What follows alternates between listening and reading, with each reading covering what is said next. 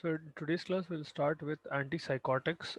Now, in antipsychotics, you'll see several of chapters mixed together. So antipsychotics, anti-anxiety drugs, antidepressants, anti-mania, ये पूरे classes साथ में club करके देते. Okay. Sometimes you'll find them together. Even though they are together in your textbook, you might not find them together in your textbook as such. So keep that in mind. But all of these are in succession: antipsychotics, anti-anxiety drugs, antidepressants and anti-mania drugs, or mania mood stabilizers भी बोलते हैं लोगों को, anti-mania drugs को. All right. Now we'll discuss about antipsychotics first. Now, to understand antipsychotics, you have to understand what is psychosis first, and what are psychiatric disorders, and what are psychiatric conditions. So psychiatric disorders or psychiatric conditions are broadly divided into four categories. Okay. First one will be organic mental disorders. So psychiatric disorders, I'm giving you a very brief picture of what psychiatric disorders are. We are not going to detail, it's not there in your syllabus. I'm just explaining so that you understand the treatment. Okay. Psychiatric disorders are of four types. First one will be organic mental disorders. So these are disorders or psychiatric disorders that that have an organic cause. What does that mean? Organic cause in this sense refers to a toxic substance or a metabolic substance or some pathological damage to a person's body that is leading to psychosis. For example, let us suppose the patient takes some toxin that is neurotoxic. Specifically, it is killing certain brain cells, or it is changing your brain chemistry. That is one way of developing organic disorder, organic mental disorder. या फिर some toxic metabolite of a drug is getting accumulated in your body, causing neuronal damage. और pathological का मतलब ये है, the patient is having some let's suppose head injury है, RTA है, after a road traffic accident, or even after something like meningitis. Sometimes what will happen is that patient will end up with long lasting brain damage, and that long lasting brain damage might translate to psychiatric disorder. So even if they don't have a physical manifestation, matlab, they might not have a physical manifestation of the disorder. Sometimes they do have. Sometimes it is possible to have a psychiatric disorder without a physical manifestation. Meaning, think of it this way: physical manifestation can be left sided weakness. Okay.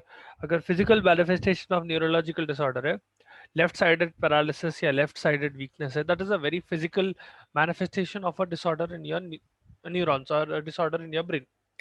Psychiatric manifestation will be mood changes. ठीक है. Now that might be or might not be associated with physical symptoms. जरूरी नहीं है.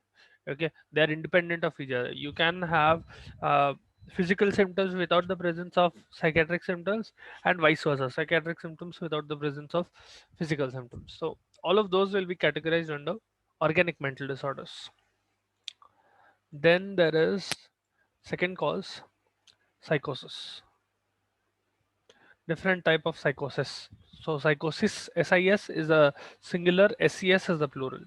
So these include several psychiatric disorders that will be marked by impaired behavior. uh, the patient will not be able to think coherently. Okay, inability to think coherently and comprehend reality altogether. Psychosis का hallmark ये रहता कि that patient will not be able to understand reality in general. All right, they will be delusional. They will not be able to distinguish between what is real and what is not real. Okay, that is one of the big signs of psychosis. If anyone is suffering from psychosis, they will not be able to comprehend reality, they will not be able to understand reality. They will think that might be a dream, or they might be deluding, they might become delusional. Now these will include disorders that have no definable cause altogether. So for example, schizophrenia है, या paranoia है, या affective disorders है. Affective disorders is essentially your mood disorders like depression. So they don't particularly have a, how should I put it? You cannot pinpoint their cause. Let me put it that way. With psychosis, they can be multifactorial, and with psychosis, even one factor might be the cause, but you might not understand the cause, what is causing the psychosis in patient.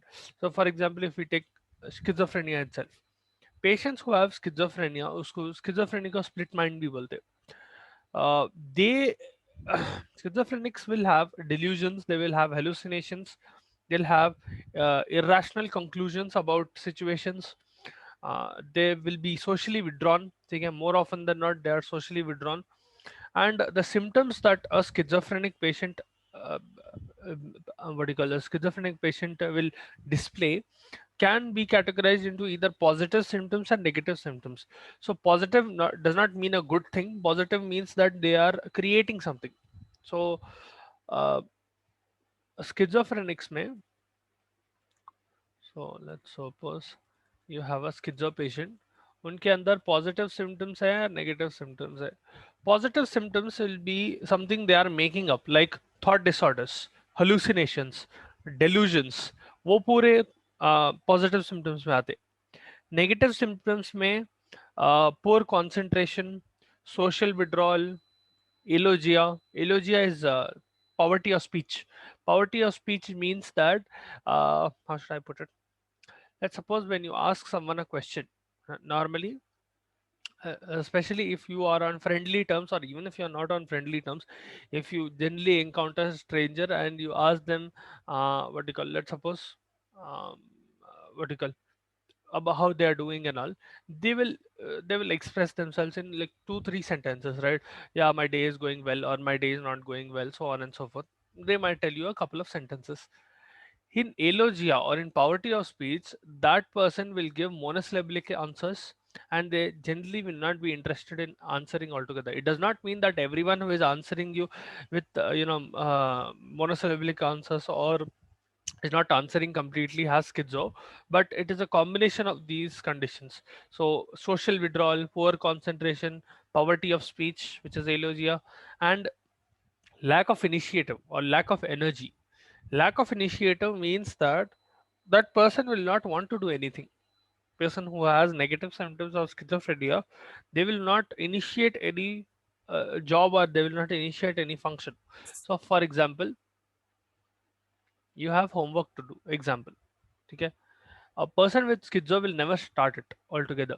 Yeah, for anything important in their life as well, not just schizo. Let's suppose uh, they have to go and pay some tax, or something which is very important for their health as well.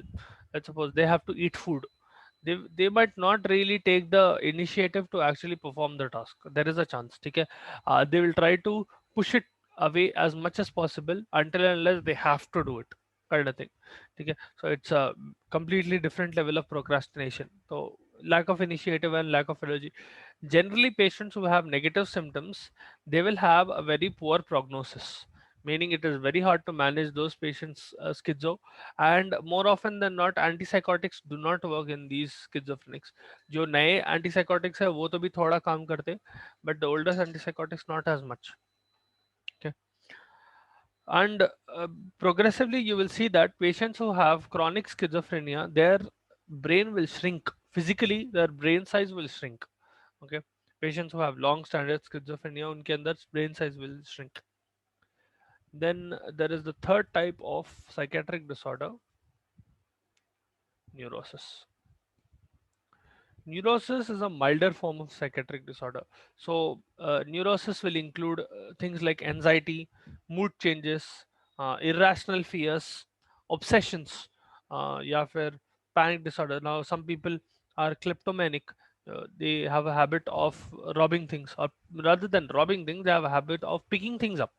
So they might pick things up from anywhere. Now, depending on where they are picking it from, it might either be garbage collection or it might either be robbing.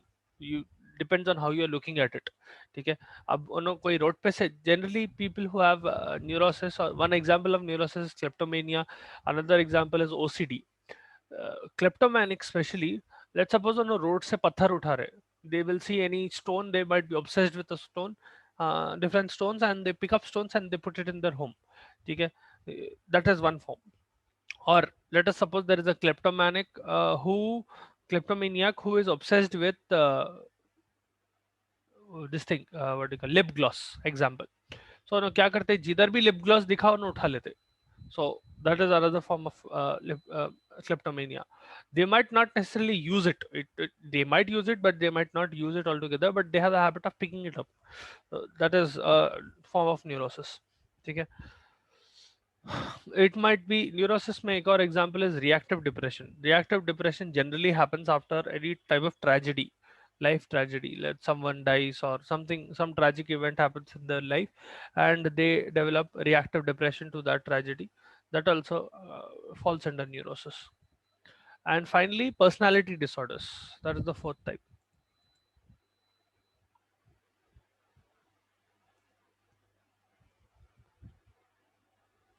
So there are different personality disorders, different personality types altogether. Avoidant personality type, antisocial, histrionic, schizoid, paranoid, all of that will come under this. Okay. So those are the four basic type of psychiatric disorders. Now keep in mind, I'm not going into detail. I'm just giving you a brief overall picture so that you understand what is happening and how we can treat it. Now ये drugs में, antipsychotics में, you are essentially blocking neurotransmitters. ठीक है, because certain neurotransmitters are responsible, specifically serotonin, dopamine. These two play a very important role on mood of the patient and the behavior of the patient. More often than not, you will see that these drugs will be blockers, or they will either enhance their effect or block their effect depending on where they are working. You will have different functions. Okay. Now psychiatric drugs itself will be divided into three main categories. You have antipsychotics, उन लोगों को neuroleptics भी बोलते हैं. You have antidepressants and anti-anxiety drugs. Now, antidepressant, anti-mania drugs साथ में categorize होते हैं bipolar disorder के treatment के लिए. Right now, coming to the first one, which is antipsychotics. इसको न्यूरोलेप्टिक्स भी बोलते हैं. These drugs are categorized into two classes. Okay, two major classes. First generation or typical antipsychotics, इन लोगों को क्लासिकल एंटीसाइकोटिक्स भी बोलते हैं. या फिर just hold on one second,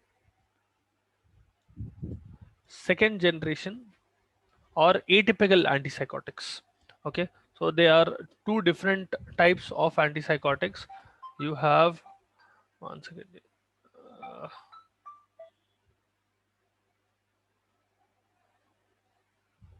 right, sorry. So as I was saying, the first one is first generation or typical antipsychotics, इन लोगों को classical भी बोलते हैं. Or you have second gen or atypical, sorry, not secondary, second gen and first gen antipsychotics.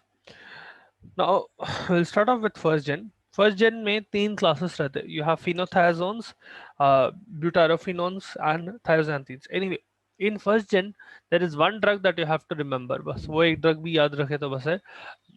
Like the other classes are important, but this one is more commonly used. That drug will belong to your phenothiazines, and that was one of the first and one of the best drugs, best antipsychotics. So the reason why second or atypical antipsychotics were developed is because certain patients cannot tolerate the side effects of typical, so आप atypical use करते हो उनके अंदर. Keep in mind, both type of antipsychotic drugs will have their own significant side effects. ठीक है, there'll be a lot of side effects with either one of these first gen or second gen. It is just that थोड़े patients में ये suitable नहीं रहता तो आप ये देते. ठीक है. Now depending on their condition, for example, let us suppose first gen antipsychotic drug है जो you cannot give with patient who has diabetes. Let's suppose a patient has diabetes and there is a first gen antipsychotic that is causing hyperglycemia, तो उनके अंदर second gen prefer करते हैं आप. It will have its own different side effects, but at least in this scenario it is helpful. तो ऐसा you will use them to your own advantage in a way, right? Now, the drug that will come under the main drug that I was talking about is called chlorpromazine, first gen antipsychotic. Chlorpromazine. Chlorpromazine. This is also called CPZ. Chlorpromazine is a dopamine blocker. Actually, it blocks several different receptors, but the main function is blockage of dopamine receptor. To a certain extent, you will see that rather than blocking just dopamine receptor, though, it will block muscarinic receptor. This is a D2 receptor blocker,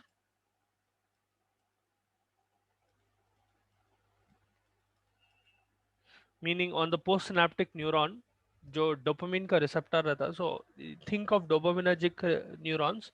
Dopaminergic neurons when neurotransmitter is dopamine.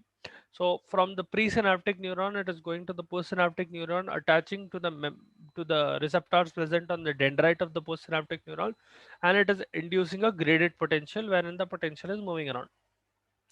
यहाँ पर in psychosis you are trying to break that cycle of stimulation of those receptor. तो आप क्या कर रहे हैं, एक dopamine receptor blocker दे रहे हो.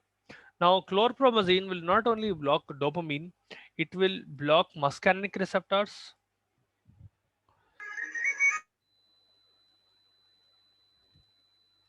muscarinic receptors. It will block alpha 1 adrenergic receptors.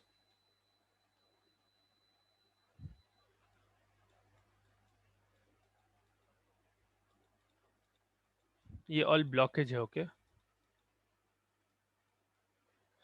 And it will block H1 histamine receptor.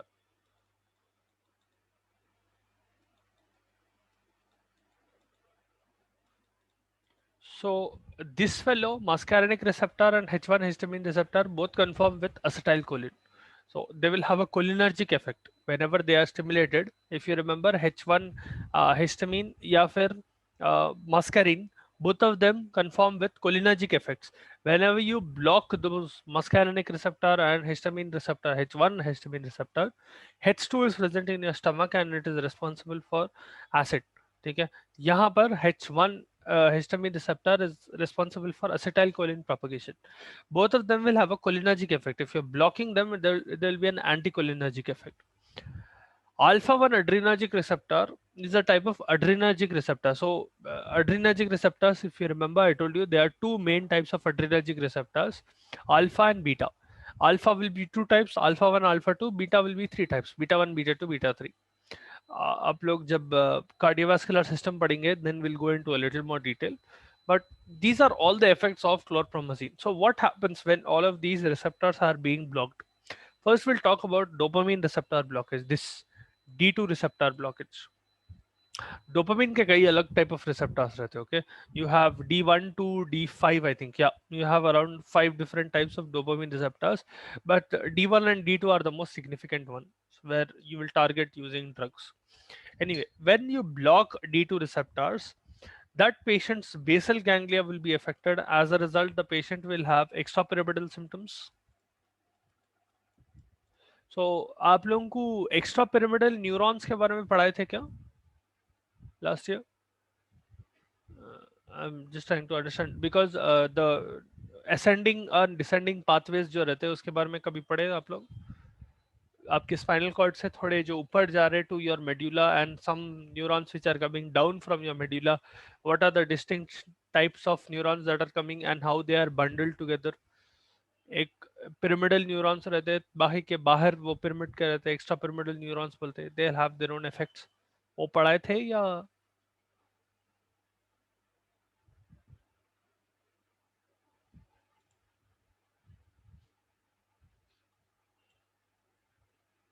No? Never heard of extra pyramidal neurons?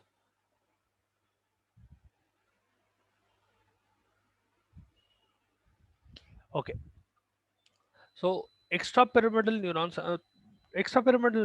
are special neurons that are part of your ascending neurons. So extrapyramidal neurons technically descending neurons में भी आते. ये अच्छा, think of it this way. There are certain neurons that are carrying impulses from your peripheral structures. So let's suppose your fingers, your toes, your hands, your organs to your spinal cord, and from spinal cord it is going to your brain, right? Whatever stimulus that is subjected to these peripheral structures. For example, let us suppose you touch something, ठीक है. When you touch something, you are able to feel that object. Let us suppose you hold a pen, so you are able to feel that object, what is the shape of the pen, the weight of the pen, and so on and so forth. तो वो information जो ऊपर जा रही, they are certain neuronal pathways that are carrying information up towards your hypothalamus. They will enter your hypothalamus and they'll start branching out in your brain. ठीक है, they'll go to your sensory cortex and to your sensory cortex mainly. From your motor cortex, certain neurons will start there and they'll start coming down. They'll again converge near your hypothalamus, near your thalamus, and from there they'll come down into your neck and down your spinal cord. Now there are 12 different types of neurons, let me put it that way. There are 12 different pathways of neurons. I will not go into the different types of pathways, what 12 pathways kya hai, but essentially 9 of those will be bundled together and 3 of those will be outside. So out of those 12 pathways, ascending and descending pathway, ऐसा एक structure में 9 of them will be bundled together, ठीक है, and 3 of them will be outside.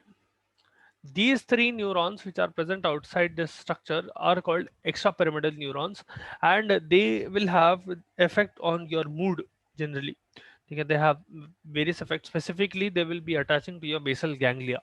वो basal ganglia, they are a bunch of neurons. Okay, basal ganglia. वो extrapyramidal neurons को control करते. And whenever you give a dopamine blocker or dopamine receptor blocker, these neurons are mainly dopaminergic neurons. So they will conform with dopamine. The neurotransmitter present in those neurons are dopaminergic in this dopamine.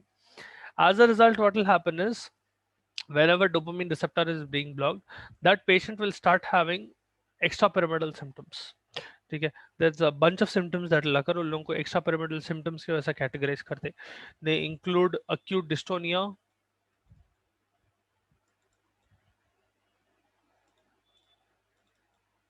Acute dystonia is uncontrolled muscle contraction. उसको acute dystonia बोलते हैं. It will be characterized by muscle spasms, involuntary movement, facial grimacing. Their face will start. They'll essentially grimace. They'll frown a lot. Think of grimacing like, let us suppose someone is what do you call, feeling a lot of pain. What will be their expression? उसको grimace बोलते हैं. ठीक है. Now whether it is physical pain or mental pain is a different thing, but more often than not, let's suppose someone is feeling intense physical pain, तो उनका facial expression जो रहता है उसको grimacing बोलते हैं, वो expression को.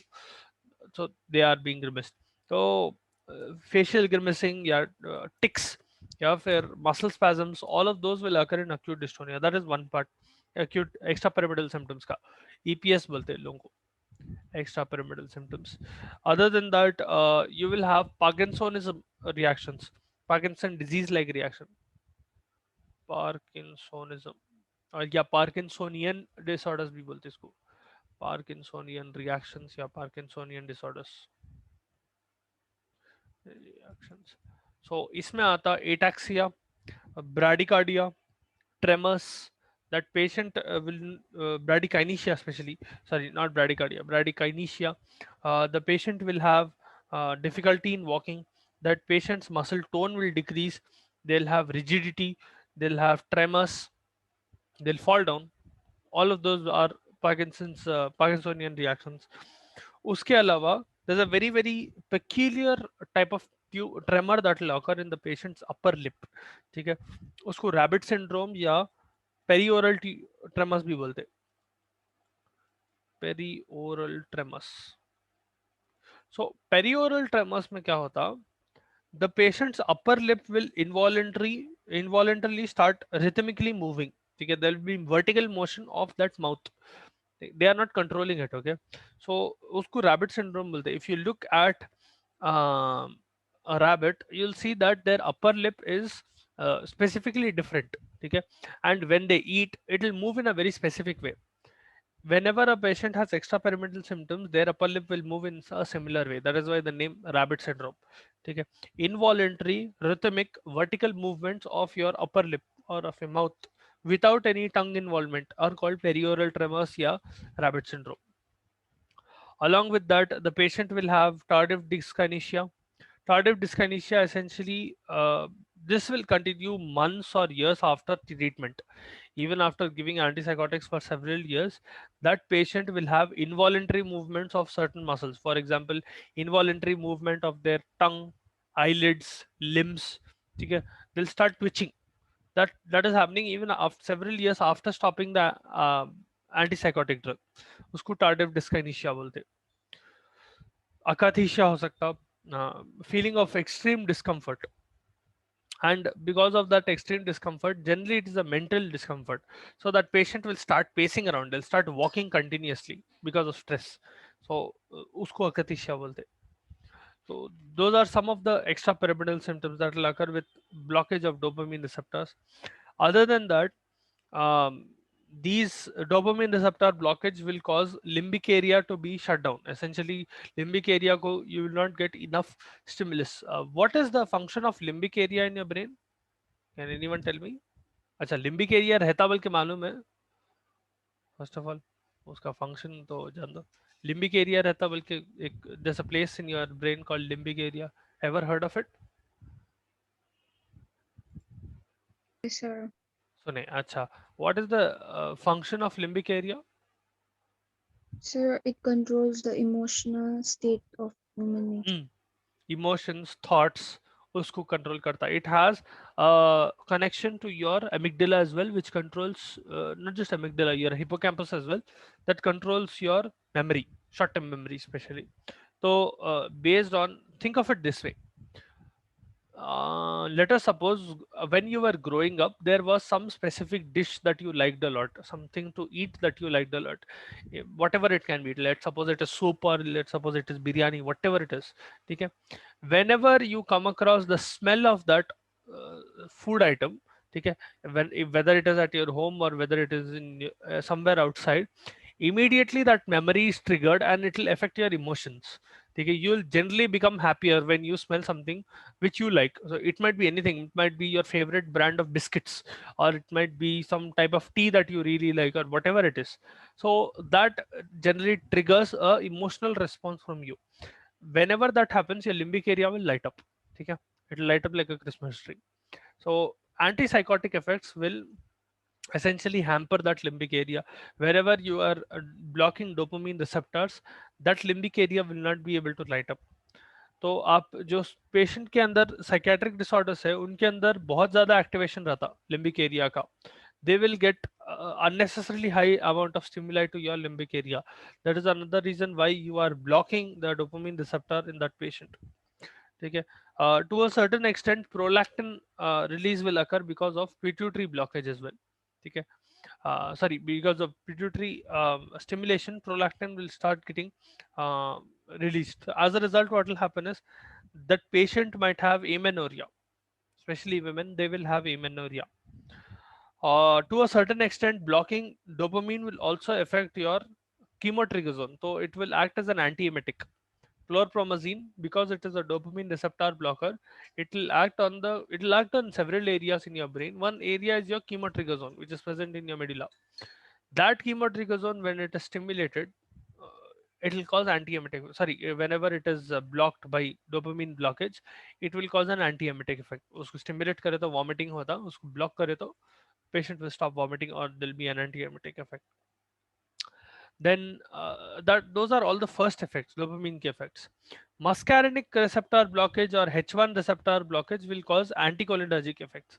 Specifically, muscarinic receptor blockage, blurred vision, dry mouth, decreased sweating, decreased gastric secretions, or decreased secretion in general, urinary retention, constipation. All of anticholinergic effects will start happening in the patient. And histamine blockage, H1 histamine receptor blockage will cause sedation. It will also cause an antihistamic effect in their body. Alpha one adrenergic receptor को अगर block करे तो hypotension होता. Alpha one adrenergic blockage will cause hypotension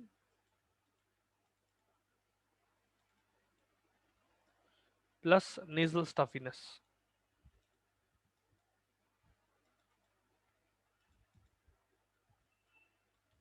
ठीक है. So those are all the effects of chlorpromazine. It will affect basal ganglia, it will affect limbic area, pituitary gland, and it will affect your chemotric zone. It will affect the muscarinic receptors, causing anticholinergic effects, and it will block your histamine H1 histamine receptors, again causing a different type of anticholinergic effect, but anticholinergic nonetheless, specifically sedation and antihistaminic effect. And it will act as a alpha 1 adrenergic receptor blocker, wherein it will cause nasal stuffiness and hypotension.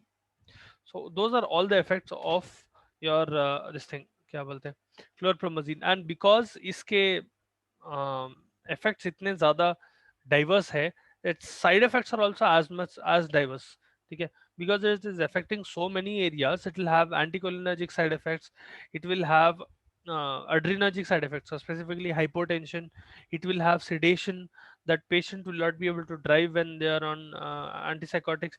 They will have extrapyramidal side effects, so parkinsonism जो मैं पहले लिखा था, all of those extrapyramidal symptoms, all of those will occur as adverse effects to the patient. ठीक है. Some patients will also have a particular disorder called malignant neuroleptic syndrome.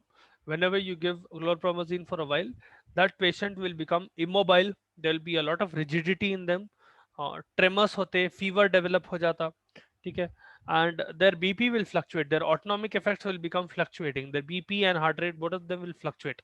कभी tachycardia hypertension में चले जाते हैं, कभी bradycardia hypertension में चले जाते हैं, बहुत fluctuate होता. That condition is called malignant neuroleptic syndrome. So that is another problem with chlorpromazine. Now, the drug interactions of chlorpromazine are quite a lot.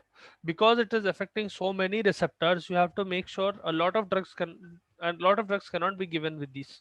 So इसके साथ CNS depressant, दूसरे CNS depressant जैसे sedatives या hypnotics है वो नहीं दे सकते. Alpha blockers nahi de sakte. Alpha blockers, will study about them in antihypertensives. Prazosin is an example of alpha blockers, adrenergic alpha blockers. Anticholinergic drugs nahi de sakte. Promethazine, bupropion या diphenhydramine ये पूरे नहीं दे सकते.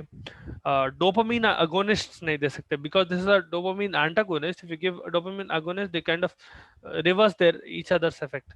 तो levodopa या carbidopa जो है, levodopa specially, that is a dopamine agonist, वो नहीं दे सकते आप.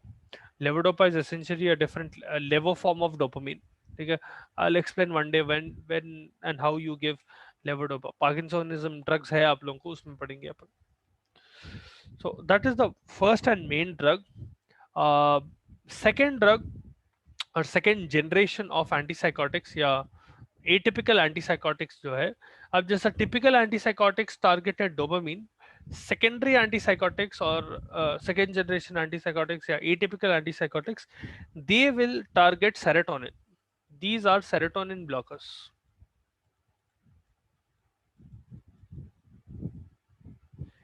सेरोटोनिन को 5-HT3 भी बोलते, 5-hydroxytryptamine. ठीक है, so these are serotonin or 5-hydroxytryptamine blockers. They are weak dopamine blockers as well.